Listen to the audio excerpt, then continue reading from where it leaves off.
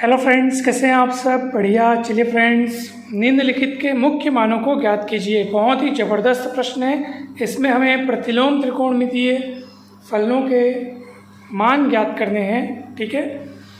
Sign inverse 1/√2, cos inverse √3/2, tan inverse √3।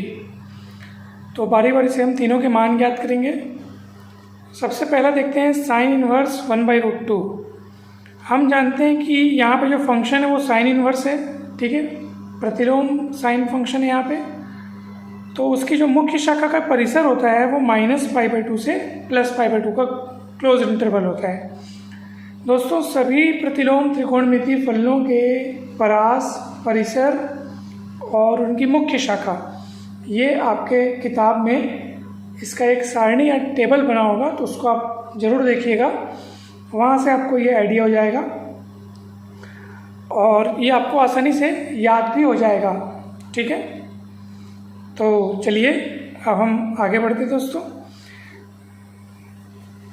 तो मान लेते हैं अपन साइन इनवर्स 1/√2 = थीटा, जहाँ theta belongs to this interval, क्योंकि मुख्य शाखा वाला अंतराल यही वाला है। तो साइन इनवर्स 1/√2 = थीटा, तो इसलिए साइन थीटा बराबर हो जाएगा 1/√2।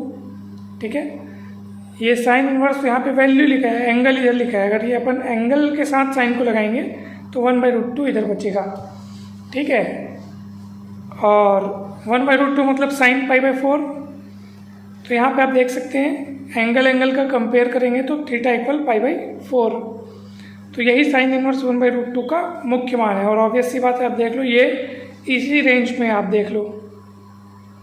ठीक दोस्तों, वास्तव में ये मुख्य शाखा किस तरीके से तय हुई है देखो। जैसे अपन साइन का जब आप ग्राफ देखोगे, ठीक है, आप सभी को पता होगा साइन कैसा वक्र है, ज्या वक्र है, यानी कि मतलब वो तरंग वाला वक्र है। कुछ इस तरह से बनता है, ये ऐसा। ठीक है, ये 0 π/2 पे उसकी वैल्यू 1, फिर पाई पे 0, फिर इस तरीके से ये ऐसे बढ़ते जाता है दोस्तों, है ना। अब देखो फंक्शन 1 कब रहेगा, आप खुद सोचो। यहाँ तक जाने के बाद वो वापस नीचे आ रहे हैं, मतलब वैल्यूज़ को रिपीट करना शुरू कर रहे हैं। यहाँ से इधर आने के बाद फिर वो ऊपर चढ़ रहा है, मतलब देखो ये और ये सेम वैल्यू है।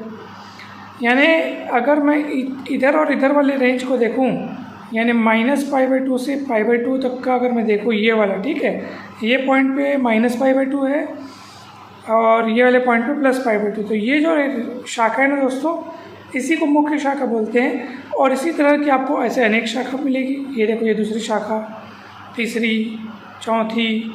ठीक है, उस पर्टिकुलर हर इंटरवल को अपने को लेते जाना है, जहाँ पे फंक्शन जो होगा 1/2 होगा। 1/2 होने पर ही वो इन्वर्टिबल होगा। तो एक तो ये वाला रेंज अपने को मिल गया -π/2 से +π/2, और इस पे फंक्शन इन्वर्टिबल है क्योंकि इस पे फंक्शन 1/2 है। इसी तरीके से बाकी भी आपको अलग अलग यहाँ पे, जैसे π/2 से हो गया आपका 3π/2 तक, फिर 3π/2 से मतलब 5π/2 तक, वैसे आप इधर भी चलते जाओगे। तो ये सब अलग अलग इंटरवल्स पे फंक्शन जो है वो 1/2 होता जाएगा। ठीक है, उसमें से सबसे पहला जो इंटरवल है वो यही है, ओरिजिन के इर्द गिर्द। ठीक है, तो इसी को हम लोग बोलते हैं मुख्य शाखा, अर्थात प्रिंसिपल ब्रांच। ठीक, इसी तरह से अनेक त्रिकोणमिति, यानी कि जितने भी त्रिकोणमिति फलन हैं, sine inverse, cos inverse, tan inverse, cot inverse, cosec inverse, sec inverse, सभी के लिए मुख्य शाखा जो है वो ज्ञात की गई है। सबसे पहले इनका परिसर ज्ञात किया गया, उसके बाद मुख्य शाखा। तो ये प्रांत, परिसर और मुख्य शाखा के सारणी आपके बुक में बने होंगे, जरूर देखिएगा दोस्तों। उसके बाद आप देखेंगे सेकंड वाला हमको पता करना है कॉस इनवर्स √3/2। तो हम जानते हैं कि कॉस इनवर्स √3/2 की मुख्य शाखा जो है वो, उसका परिसर 0 से पाई का क्लोज इंटरवल होता है दोस्तों। ठीक,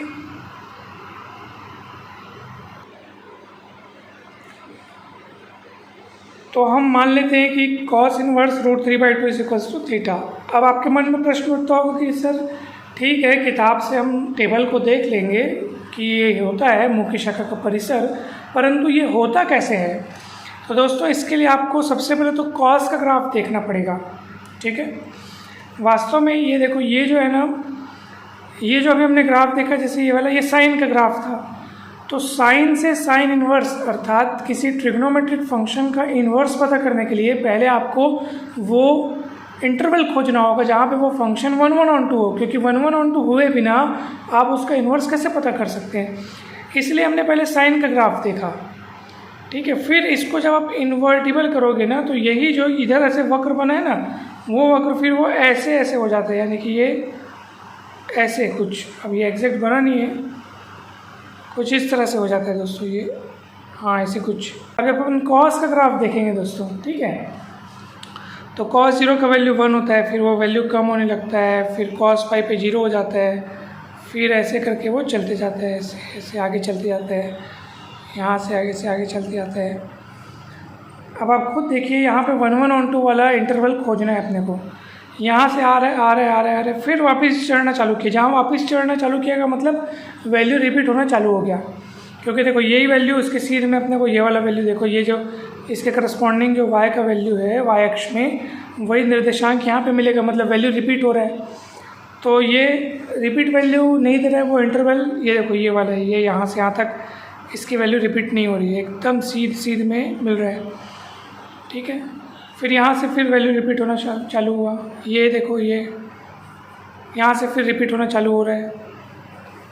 तो अगर अपने को 1 1 ऑन 2 फंक्शन देखना हो कॉस वाला, तो ये यहाँ से यहाँ तक में कॉस जो है 1 1 ऑन 2 है, और इसी इंटरवल में वो इन्वर्टिबल भी होगा। ठीक इसी तरह से यहाँ से यहाँ तक के इंटरवल में भी वो इन्वर्टिबल होगा, फिर यहाँ से यहाँ तक के इंटरवल में वो इन्वर्टिबल होगा। इन सभी इंटरवल में फंक्शन इन्वर्टिबल होगा क्योंकि 1 1 ऑन 2 है इसलिए, ठीक है। तो मेन ब्रांच जो अपन बोलते हैं वो यहाँ से यहाँ तक के ब्रांच को मेन ब्रांच बोलते हैं, ठीक है। जब अपन कॉस इन्वर्स डिफाइन करेंगे तो यही जो है 0 से पाई वाला जो है इंटरवल वो डोमेन हो जाएगा कॉस इन्वर्स के लिए, ठीक है।